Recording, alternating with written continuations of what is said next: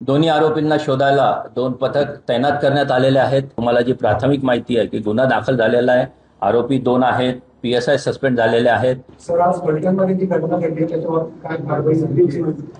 आज फलटण जिल्हा सातारा येथे जी घटना घडली त्याच्यामध्ये गुन्हा दाखल करण्यात आलेला आहे। गुन्हा दाखल करून जे 2 आरोपींचे नाव आहेत त्याच्यामध्ये एक PSI आहेत, त्यांच्या आरोपी म्हणून नाव समाविष्ट आहे। त्यांच्या PSIचा निलंबनाचा आदेश SP यांनी निर्गमित केलेला आहे। दोन्ही आरोपींना शोधायला 2 पथक तैनात करण्यात आलेले आहेत। SP यांनी स्वतः विक्टीम आणि त्यांचे नातेवाईकांना भेटून तपास आणि पुढच्या प्रगतीची माहिती दिलेली आहे। याच्यामध्ये जे पुरावे आहेत ते घेऊन ही तपास चांगल्या प्रकारे करण्यासाठी जे काही शक्य आहे ते सगळं पोलीस खात्यातर्फे SP स्वतः करत आहेत। आरोपीला लवकरात लवकर अटक करण्यात येईल अशा प्रकारे प्रयत्न चालू आहेत।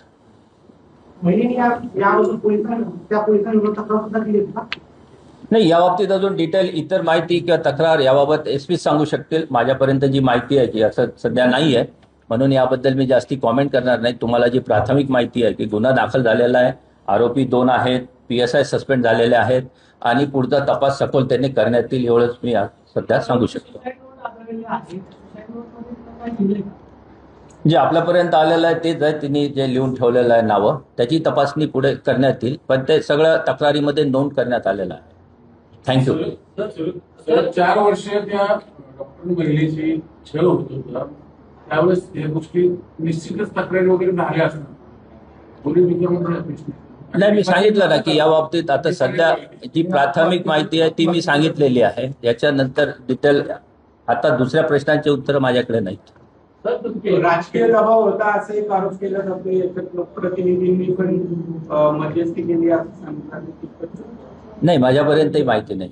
जी कार्रवाई झालेली है ती आपल्याला मी सांगितली। जो कुछ कंप्लेंट डॉक्टर की तरफ से उसने जो लिख के रखा था उसके ऊपर से कॉग्निजेबल ऑफेंस रजिस्टर्ड हुआ है। उसमें 2 एक्यूज्ड है, उनकी जांच और उसका शोध लेने के लिए 2 स्पेशल स्क्वाड बनाए गए हैं। हमारे SP विक्टिम्स और उसके रिलेटिव्स के साथ संपर्क में है और उसमें जो PSI है उनको निलंबित किया गया है और जो तथ्य सामने आएंगे वो जांच में शामिल किए जाएंगे। हाँ, उनको ढूंढा जा रहा है। कोई नोटिस की थी महिला ने? वो जो आपके सामने आया है उतनी जानकारी हमारे पास अभी है और उसी आधार पर यह गुना दाखिल हुआ है।